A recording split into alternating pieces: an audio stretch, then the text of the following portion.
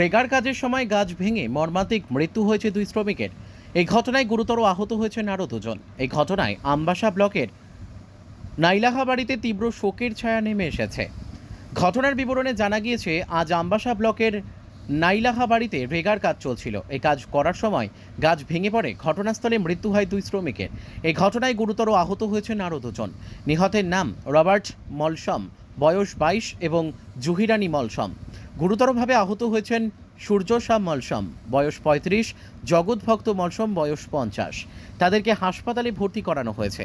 তো আজ আজ সকাল 11:30টার দিকে আমবাসা থানাধীন নাইলাহাবাড়ি এরিয়াতে রেগার পুকুর খনন সংক্রান্ত কাজ করার সময়ে একটা দুর্ভাগ্যবশত বা দুর্ঘটনাবশত একটা গাছ পড়ে যায়। পরে দুজনের প্রাণহানি ঘটে আর কি। একজন হসপিটালে গিয়ে আর একজন স্পটে। স্যার তাদের নাম? দুই মলসম আর একজন রবার্ট মলসম। স্যার আহত কয়জন আছে এই ঘটনায়?